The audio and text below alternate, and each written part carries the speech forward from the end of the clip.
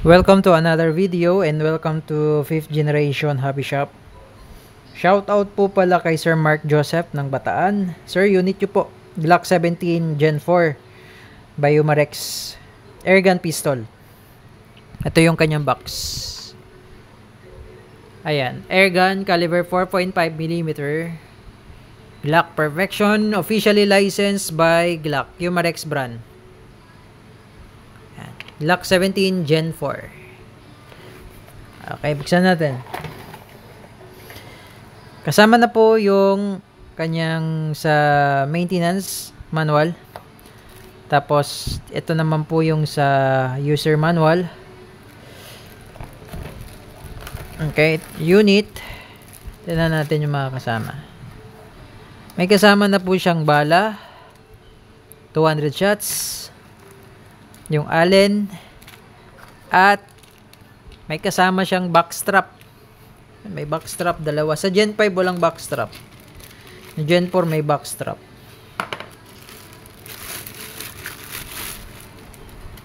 Ayan, Gen 4. May mga langis lang yan, sir, ha. Ayan. Glock 17 Gen 4. Ayan. Sight.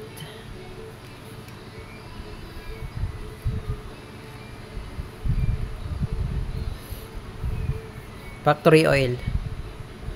Ayan. Wala marking C do. Ito meron. Officially licensed product of Glock. Glock.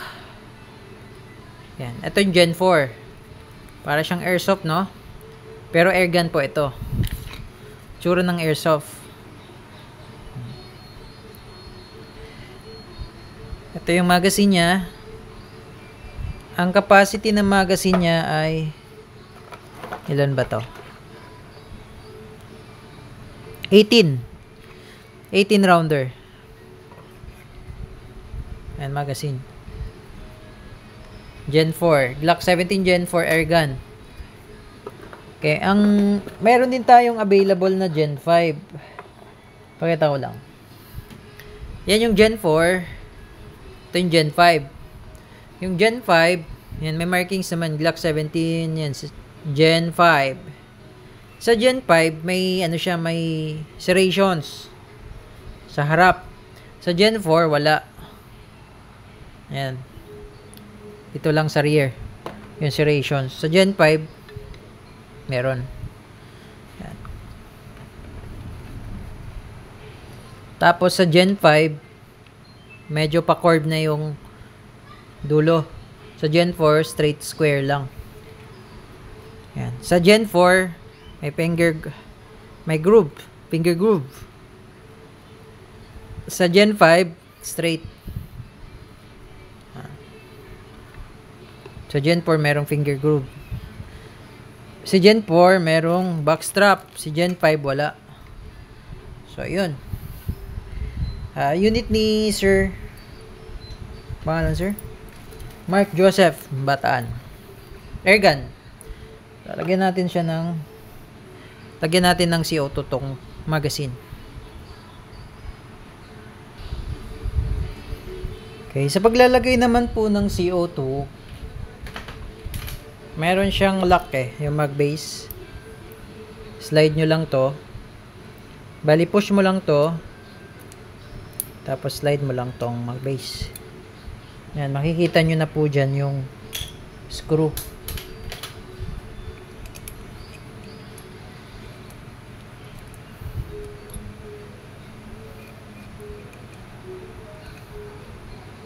Yan. Lagyan lang natin ng oil. May kasama po siyang silicone lube. Free na po. Okay? So, lagyan natin CO2.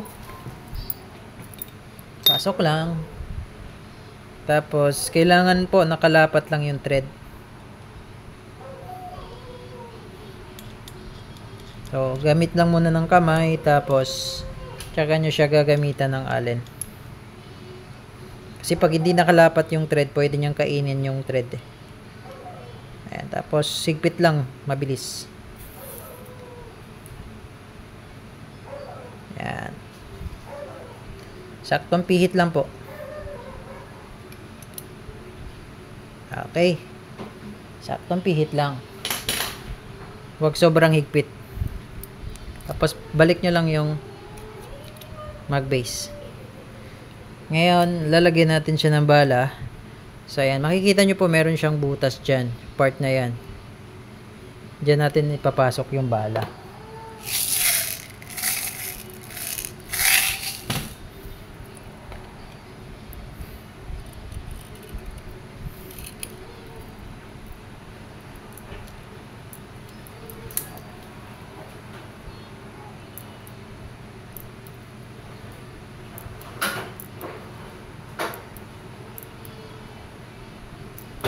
Ten rounds lang muna. Ayan. Okay. So, meron pala siyang safety dito sa ilalim, sir. Ayan. Safety. Okay. Testing. Sir Mark Joseph of Bataan. Glock 17 Gen 4 Airgun Pistol CO2 powered. Officially licensed by Umarex. Ito na naman yung babasagin natin doon sa Glock 17 Gen 4 by Umarex. Kailangan natin siya dyan. Testing. Glock 17 Gen 4 by Umarex. Airgun Pistol CO2 powered. Unit ni Sir Mark Joseph.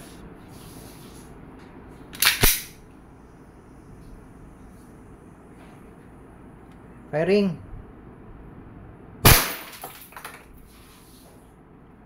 One shot. Wasak.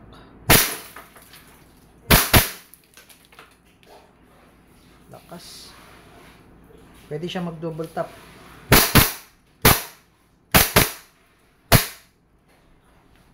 Sarap. Open slide. May kick. Lakas ang recoil. Yan. Tapos parang sa airsoft, no? Push back mo lang to. Tapos release. Ganda rin. Okay, again, Glock 17 Gen 4 by Umarex. Airgun pistol po. Hindi po siya airsoft. Airgun pistol. Unit ni Sir Mark Joseph. Sir, unit nyo po. Okay na po. For shipping.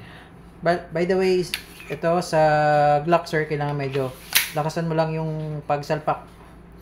Kailangan itong mag-release nakaangat. Pag nakalubog yan, hindi siya naglalak. Baga hindi siya nakalock. Pwede kasing malaglag habang puputok. Okay? Glock 17 Gen 4 Umarex, fully official license by Umarex. Kung may question po, message lang sa aming Facebook page. 5th Generation Hobby Shop.